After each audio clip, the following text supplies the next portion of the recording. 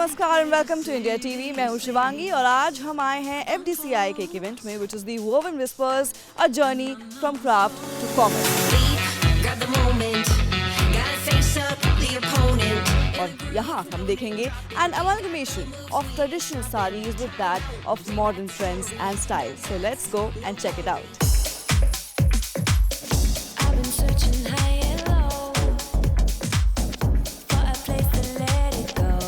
See, craft we have. It's in our, like I said, our DNA, our culture, our history, our tradition. But how do we enhance it and how do we make it commercially viable? If it is not commercially viable, like you heard in the talk, then the children of the craftsmen are not going to take to it. And if it is not priced well or they are not helped with subsidies, we are not going to buy it, you know. If sari is very expensive, so we are working on the dynamics of how to have sustainable craft which is done by hand and which is wearable and priced well by all of us.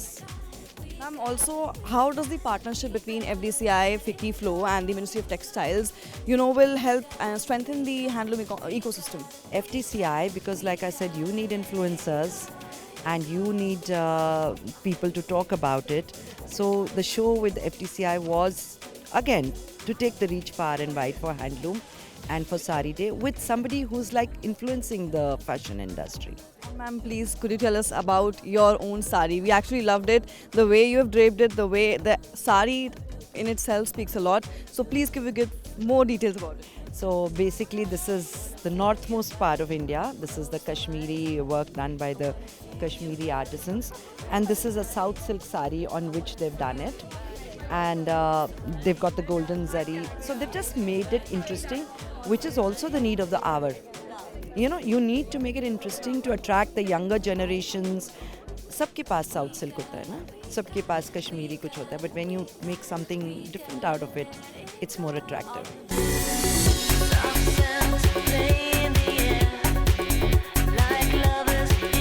It's such a beautiful opportunity for Lahe Looms of Assam to get this recognition of this platform, because Assam is the home of the four silks.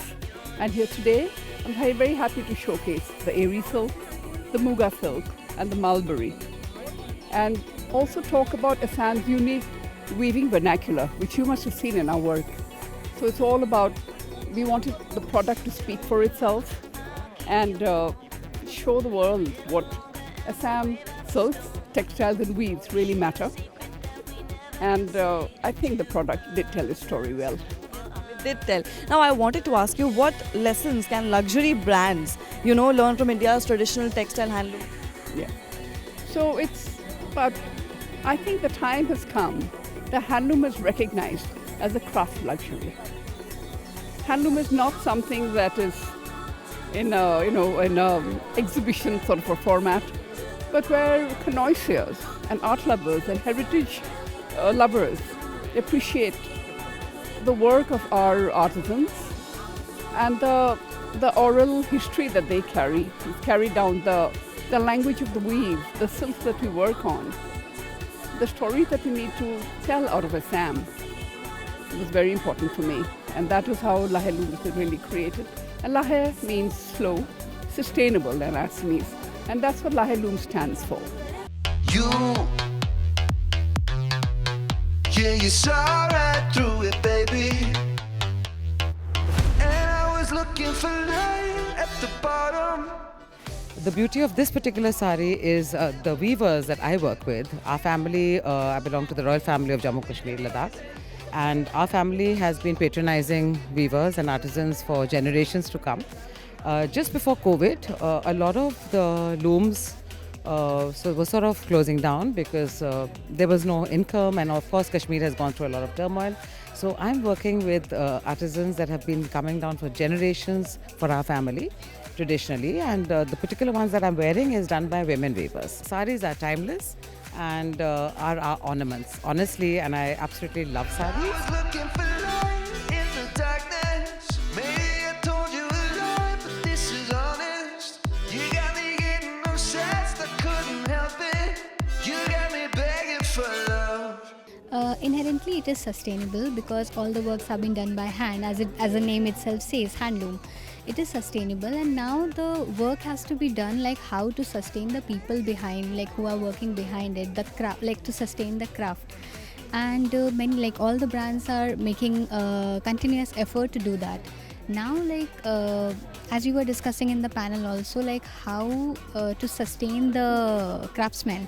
So I believe that the right innovation, the product innovation and the product mixes that we are offering in the market, with the good product mix, it is very much possible to give continuous work to our viewers and sustain the craft.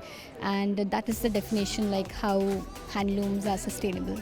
How do you see the future generation taking them up in their own ways? So not necessarily that if it is handloom, like people have to opt for saris. Let's say handlooms can be yardages, master textile pieces, which like younger generation can convert them into like beautiful jackets or scarves or something like that, which they feel that they are confident in. So I believe it has a future for a younger lot as well. And what was your favorite part from the show?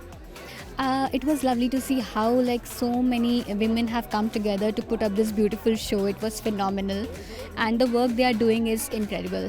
Like it was so lovely to be a part of this show.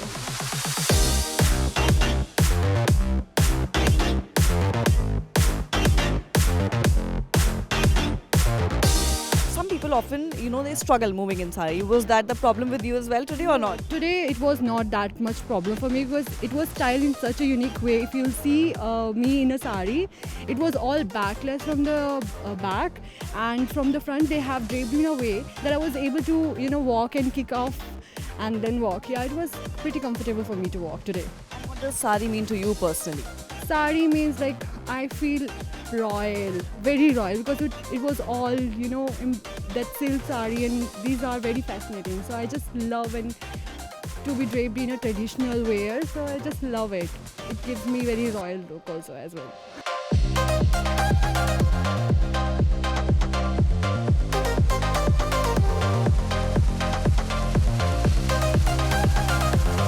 So it was all contemporary. We weave everything. It's all hand woven in our studio. We work a lot with silks, very fine monofilament silks.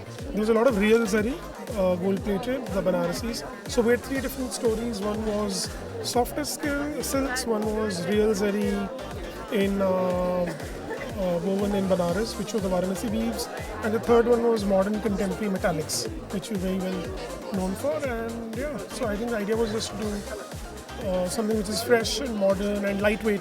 We are known for our lightweight sarees, basically. Yes. And sir, what does modern India luxury mean to you?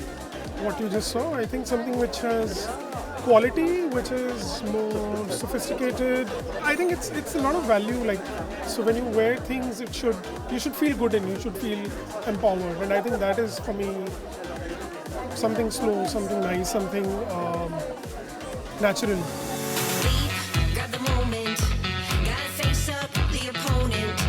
So I was wearing Abram and Thakur, and they are a very fabulous brand to work for. And I was very nervous in the beginning, but coming on the stage, the brief was to feel powerful, and I was feeling nothing less than that. So it was an experience.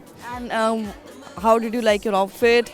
Was there anything that you would like, take back home with you? Absolutely. The color blue was so energetic for me. As soon as I saw that I'm getting to wear that, I think I knew that this was going to be my show, and that energy I want to take back with me. Sari was one thing. That was the theme for the today. That was the main, I would say the main highlight. How do you see a sari? Is there any story for you? Absolutely. I am a sari lover myself, so I try to drape saris in multiple ways I can.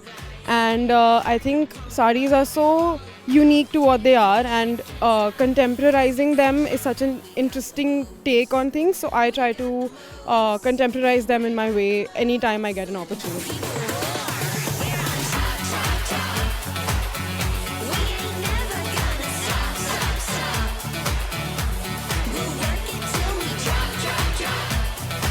I think that's a very important part of our design journey, is to try and take as traditional craft, because we work a lot with traditional craft, but to contemporize it and do it in the most modern way possible. So we work with modern graphics and simple forms, black and white, And of course, the Kolhapuri chappal is our slipper of the moment. So how do you reinterpret these traditional handlooms without diluting the original ones? I think it's, handlooms have evolved over the centuries, and I think there have been a lot of designs. And so I think as long as we keep the technique as authentic as possible, there's no dilution. And what we do is we maintain the skills of the weavers.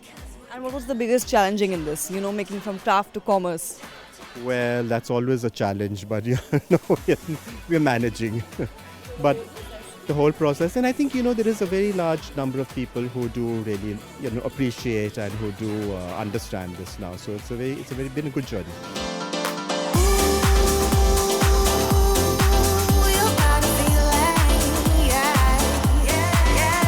Collection तो हमने देखा ही, लेकिन साथ ही अब बात करेंगे कि FDCI के चेयरपर्सन से और जानेंगे कि हैंडलूम को आगे बढ़ावा देने के लिए और क्या-क्या किया जा रहा है।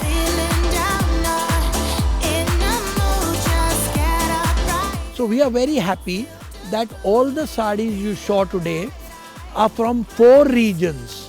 Not many people could figure that out, but the first region जो आपने देखा वो नॉर्थ ईस्ट की साड़ियाँ थी जो जाह्नवी फूकन ने करी। सेकंड तमिलनाडु के एरिया में हाउस ऑफ अंगाडी की साड़ियाँ थी। थर्ड जो सीक्वेंस था गौरव जय गुप्ता ने प्योर जरी की साड़ियाँ करी।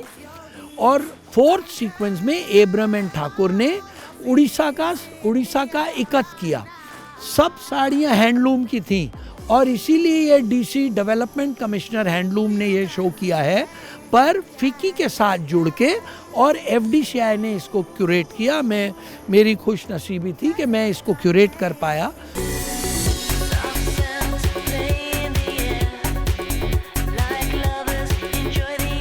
Show was all about promoting handloom in India and मुझे तो काफी कुछ इंटरेस्टिंग लगा। I'm sure आपको भी पसंद आया होगा। But don't worry, क्योंकि ऐसे और shows हम आपके लिए लाते रहेंगे। So stay tuned with India TV.